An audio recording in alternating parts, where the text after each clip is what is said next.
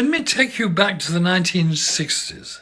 I'm 90 and I've been living in this house for 62 years with everything remaining just the same. Believe it or not, I bought this fridge in November 1960 and it's still working like a Rolls Royce. So why throw it away? And these are over 100 years old. I've been using them all my life, as did my parents, probably my grandparents. So make sure you take care of your things and then you won't need to throw them away. What's more, they'll bring in very happy memories.